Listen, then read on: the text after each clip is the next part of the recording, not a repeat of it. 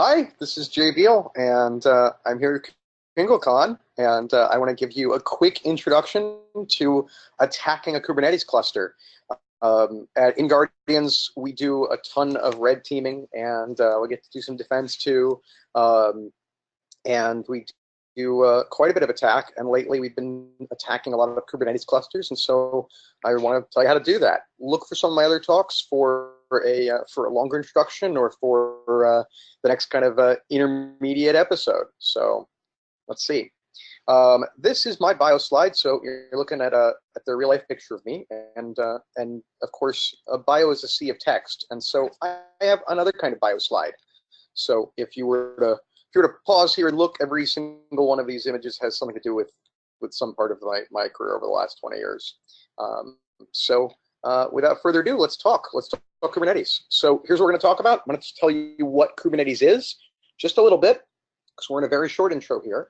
I'm going to talk to you about how you attack it, and then I'm going to demo a basic attack on a Kubernetes cluster, where our goal is to start from having compromised one program that's running on Kubernetes and turning that into complete control of the cluster and all the machines that it's running on. So when we get into that, I'm going to be doing a demo, and my demo is recorded because the demo gods are they're all descended from Loki, and they are tricky gods, or demons perhaps. So let's start first with what is Kubernetes. So if you've heard of Kubernetes but have no idea what it does, count yourself in the majority of the InfoSec field. Kubernetes is something that's been around for 5 or more years, but it's becoming incredibly popular lately. And basically, to make it really simple, if you're used to the idea that you have a host that runs Docker, or it runs some other way of creating Linux containers on a system, what would happen if you decided you wanted a cluster of machines that were running Docker, and then you wanted to basically organize everything that they were doing, so that you were creating kind of almost a software-defined data center, not just the software-defined network. So think of it, just to make things really simple. If you have a cluster full of machines running Docker, all those machines running Docker, we call them nodes. And Kubernetes is basically going to coordinate multiple nodes. It's going to coordinate that by having a bunch of central infrastructure that runs on one or more masters. So let's just say that runs on a master node, and then there'll be a whole bunch of worker nodes, and all the nodes, even the master, are running Docker or some other container or some other kind of container runtime, and they're running something called a kubelet, and the kubelet is there to tie that machine, that node, into the rest of Kubernetes. So Kubernetes, in essence, orchestrates Docker or whatever your container runtime is, and the kubelet, and a kube proxy, but we're not going to get into that. And those do the real work.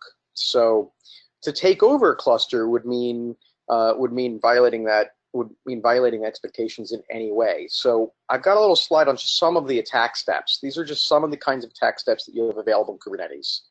So one is, and these steps are all taken from the perspective that you've already got remote code execution usually in a container on the cluster. And I'm going to add one more term for us, and that term is pod. So Kubernetes clusters work from the perspective not of containers, but of pods, and each pod has one or more containers in it. So if I say the word containers sometimes and I say the word pods sometimes, think of a pod as having one or more containers. Often, very often, a pod just has one container in it. Look at some of my other talks for finding out why you have multiple containers in a pod and so on. So here are the kinds of things we can do to attack Kubernetes. So once we've landed, and you're going to see some of these in the demo today,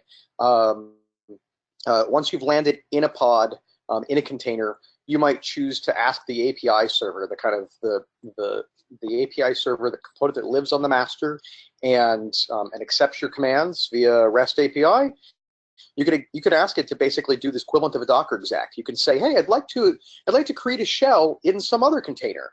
Would you let me? And if you're allowed, then you'll be running a shell in that other container. Or you can just run a single command. What else can you do? You can launch a container onto the cluster by talking to the API server. You can say, hey, I know I'm in a container, but I'd like to start another container. And maybe that container could have more privilege than the one I'm in. You could abuse, or you could set up what's called a volume mount, where you're basically mounting directories on the node, on that kind of host file system outside of the container, into the container. You can ask the kubelet, that's the thing that's running on the node, talking to Docker, and also talking to the Kubernetes master, to exec a command or a shell in an existing container. So there's kind of multiple attack surfaces, not just attacking the central part. You can interact with and thus attack the Docker daemon on the host, and then you can interact with, say, the internal or external networks that are available. So you're going to see some of this. We're going to get into a demo, and I've got, like I said, I pre-recorded my demo, and I'll just kind of show you what a Kubernetes cluster compromise looks like from the perspective of the person doing the compromise. So this cluster is the cluster that you're seeing is one that I'm going to be releasing soon as an open source project. It's called Bust a Kube, like Kubernetes Bust a Kube. So here we are. So you'll be able to kind of repeat my attack later on. So we've got I've started this off in Metasploit. I've kind of fast forwarded, as it were, and we are inside of a container that's running in Kubernetes. We've got a shell. So you've seen I just typed pwd, and it says you're in var-dub-dub HTML. So we got this shell because we found a remote code execution vulnerability in a web app. So now what do we do? Well, I happen to know we're in Kubernetes, but here's a nice little way of checking and also of remembering the directory the service accounts are kept in. This mount and grep that for Kubernetes, and this directory that you see, run secrets Kubernetes IO service account, this is where the service account that the pod is running under will be mounted into the pod unless the cluster is one where it's been configured not to, which is not very common yet. So what I'm going to do is I've uploaded, using the interpreter before the start of this demo, I've uploaded a copy of kubectl, and kubectl, or kube control is how it's normally pronounced, is a binary that basically issues those API requests, those REST API requests against the Kubernetes API server. I'll use kubectl, and I'll tell it, get your security token for the service account from that magic service account directory in the token file. Just cat it out, and you'll find the certificate authorities root cert in the same directory in the CA cert file. And I have to tell it where the server is, and I can get this out of an environment variable, but I have to tell it where the master API server is to be found, and I do that. And that namespace file tells me I'm in the default namespace if I were to look at it, but I'm not going to look at it in the interest of time. So this is this whole var-dub-dub. Normally you just type kubectl, but when you've hacked your way into a cluster, there probably won't be a kubectl in there, much less a configuration setup. So we're just passing on the command line. You'll do kubectl and then some commands. And so you're going to see me copy and paste this long string and then whatever command I'd use. So the first one I choose is get pods, and this shows me all the containers that are running on the system in the current namespace, which is kind of where the app has been deployed. So this is the guest book that came with that's in the Kubernetes example docs. It happens to have a funny little vulnerability that doesn't lead to remote code execution, and I've added another vuln that you can tie together with it. So I've got 3 front-end pods, and I've got a Redis master and a pair of Redis slaves. So there's a Redis database being used, and there's a front-end web server that I got into. I pass along that get pods minus output wide, and I get to find out what nodes they're all running on. So Kubernetes will go and distribute things as much as it can onto multiple computers, because part of the purpose of Kubernetes is to handle machines failing and having the applications or programs they were running still continue running and lose as little compute time as possible. So what I'm trying to do, the very first thing I'm trying to do is I'm saying, okay, I ran get pods, and now I've created this thing called attack pod, and this attack pod YAML is a YAML file that says, here's a description of, in essence, a container, and I'd like this to run on the Kubernetes pod. and I'm trying to stage a pod into the cluster, and I get this error that says, no, sorry, your service account, the service account front end, isn't allowed to create pods in this namespace, isn't allowed to create pods, so I can't stage pods. Well, let me see what else I might be able to do. Let's say I try to see if I can get to another service account, if I can move laterally to another pod. It might have a service account that can do things I want.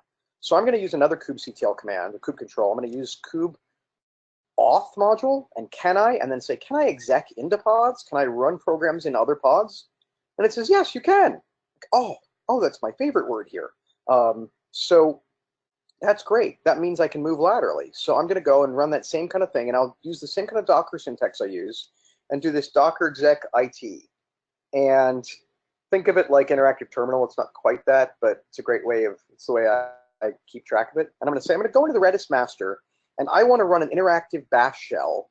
If there's a bash shell in there, I would like to run it. And this is what I've done. I'm in that now. I type ID, it says your root. And I type host name, and it says your new host name is Redis master. So I'm now in a different container. And actually, if we were looking, we'd also find I'm not just in a different container, I'm on a different machine. I've hopped machines in here. So now from that container, I'm going to pull down a copy of my interpreter reverse shell and write it into this file called Mrs. bin, from interpreter reverse shell bin. And I'll pull down some YAML. I'll pull down that same kind of YAML file. YAML is like yet another markup language. It's a simple markup language, but it turns out in Kubernetes, the bulk of the way you do everything is you describe the state you'd like in YAML, and then you pass that in to the API server, and it says, sure, I'll do that for you.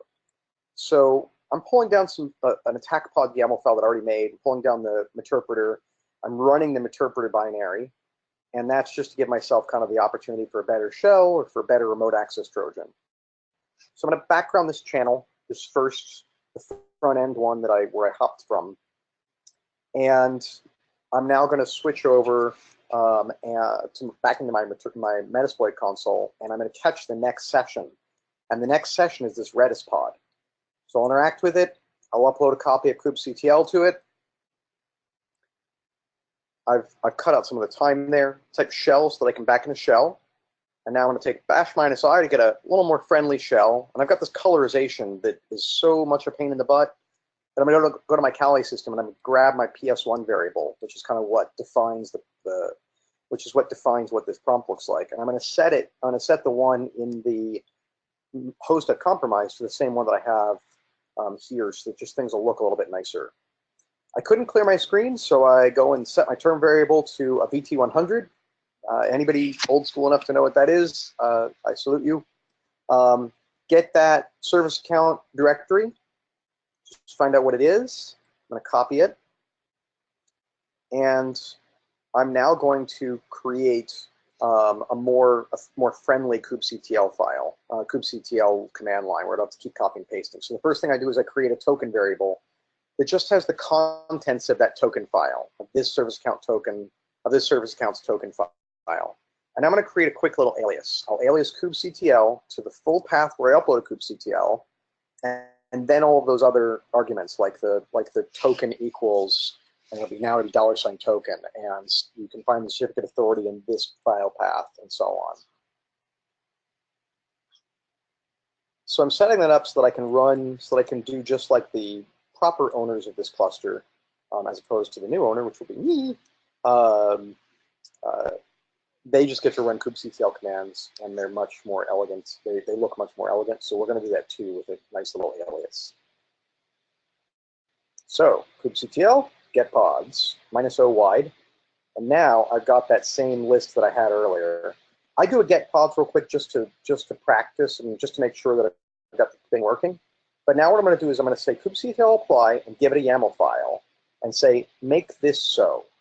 Right, so this is how you give Kubernetes an order. You give it a YAML file that describes this pod you'd like to be running on the cluster, and here's this YAML file. And if you look over this, if you pause your video, you can find it's got a name, it's got labels and annotations, which we're not using here. It's got an image, and I chose that image by doing a kubectl get pods, getting a list of the pods, finding the Redis pod, and asking what image it used. That way the Docker hosts wouldn't have to pull down a new image from the internet.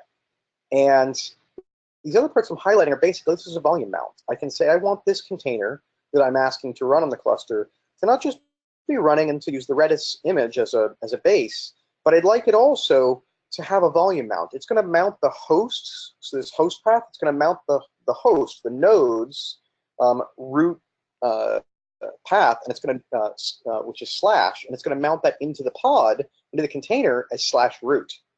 So it's going to mount that into the container /root, which is going to give me control over the host file system that the container is running on. So now I do my get pods o-wide, and I find there's my attack pod. It's running on Kubernetes node 2. So this is a 3-node cluster. There's node 2, node 1, and there's KDS master. We're not looking at that right now. So now I'm going to try to run my kubectl exec into that attack pod. I'm going to be root, but even better than being root, I'm also going to have mounted the right path. So I'm going to have mounted the hosts slash, the hosts root into /root. So I cd in /root, and here's the host.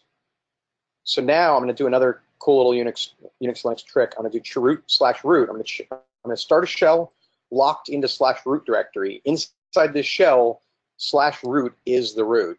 /root /etc will be the etc. So this is basically like kind of making this part of the file system my image of the computer, which is good because that's the overarching, that's the host, that's the node. So I look at the sudoers file and I find there's an admin group and a sudo group. So I grep the sudo group and I see this user called lockthisdown. So let's just change lockthisdown's password. So I'll change lockthisdown's password and I'll set it to lockthisdown. And now I will SSH in to the node from my own Kali system to node 2 where I've changed lockthisdown's password. And I'm in. And if I were to sudo su, what would happen? I'm root on the node. Okay, that part, I cut that video a little tight. That went by in a hurry, but that's where it was. I'm root on the node. So now the thing is, how do I do that scalably? A Kubernetes cluster doesn't usually have just 2, 3 nodes. It has like hundreds or thousands, or maybe in Google's case, millions. And so what I want to do is actually say, how do I scalably take over every node in the cluster? And for that, I create something called a daemon set. It's similar to defining a pod, but this daemon set defines a pod that you'd like to run on every node in the cluster. It's usually for like a logging daemon or a security daemon or whatever, software or what have you. Something you need to run everywhere. And this is the same thing. This attack root is the name I'm calling of this container. And I'm using that same Redis image. And remember, I picked the Redis image because it was the same thing that the Redis master was using. And I'm also doing that volume mount. I'm saying I'm going to have a volume mount. It's going to be called host root. It's going to mount host root into /root. And then if I look at the volume host root, it is the node host path /. So I'm going to say, I'd like to do that across everything. So now let's take our, so that daemon set, okay, clearly in my video, I've not going to go over that all again. So, so here we go. I'm going to do kubectl apply and see if I'm able to apply a daemon set. And I am. Okay, so the cool thing was, the difference was the front end pod, its service account couldn't add pods to the cluster, but the Redis master's pod, Redis master pod service account, it could. And so I've just added, I've added the one pod to take over node 2, but now I'm adding a daemon set. I'm adding an identical set of pods, one for everything in the cluster. And it's called attack daemon set. And I may have to wait a minute for it to load, but once I do wait for it to load, I can run this kubectl get pods -o wide. That tells me which nodes each thing is on. And I grep for attack, and you'll see this attack daemon set. I've got 3 pods. Each one's called attack daemon set, and then a random string. And each one of them is running on a different node. So I've got one running on the master. I've got one running on node 1 and one running on node 2. So now let's do a little bit of, I've done a little bit of shell scripting. I've written a for loop here. So I say for pod in, and that what's it going to be in? What's the set I'm going to loop over? I'm going to do kube control get pods, grep that for attack daemon set, awk it to get the first column. And what I'll do now is that gives me a list of each of those attack daemon set pods. And I'm going to do a for loop over them. And in my for loop, I'm going to do kubectl exec -it into the specific pod, into the pod that I'm looping over. And then I'll do cat root etc hostname. So so that I know where I am, I'll cat root etc shadow. And then I'll take the output of all of that and I'm going to grep out for a pattern, and that pattern will be helpful. So let's take a look at how that looks. There's a little bit more going on, but when I'm done, this is what I end up with. I get the host name of each of these nodes and the root hash and the lock this down hash for each node. Now, for me, this was to demonstrate that I had full read access to every one of these, and I can get their passwords. Now, I also have full write, and so I'll demonstrate that real quick. And this is kind of one of the simplest attacks on a Kubernetes cluster. I've put in some lateral movement. I've put in starting a pod, but I have much more involved attacks on Kubernetes clusters. And watch some of my other talks. My name's Jay Beale. Find some of my other talks, and you'll find some more involved things, and then I'll start to release some good capture the flags on it. So I'm doing a quick loop, and I'm going to go and basically touch the file /root/owned on each of those hosts. And what happens as a result is if I go and look at one of those hosts, so I've SSH'd in the master. If I go and look for an owned file, there it is. So this means I've compromised every single node along with the master. So that's basically the long and short of it. Let's look back at what our attack steps were. So I exec a command into a container via the API server. We did that. We launched a container onto the clusters. We used a volume mount to steal or modify data on the host itself.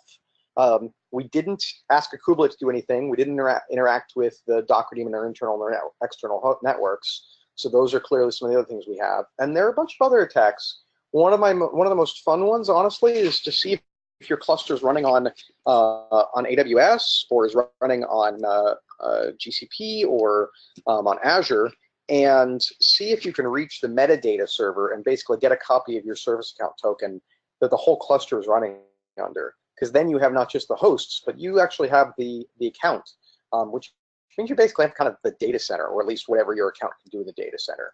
So anyway, that's all I have to tell you about. I do want to tell you that InGuardians I'm one of the co-founders of InGuardians, and we've been around for about 15 years now, hacking and defending, and we'd love to hear from you. But most of all right now, I just want to tell you we have an awesome executive briefing newsletter. Comes out once a week, and it's basically one topic in security that's come up, usually in the news, and what we think you should do if that thing's applicable to you, or if it's applicable to somebody you know. We won't spam you. The most you'll ever get from subscribing to this newsletter, to this mailing list, is one newsletter. So anyway, that's me, and I hope you'll maybe find me around KringleCon. I may be in here now and then. So yeah, thank you very much.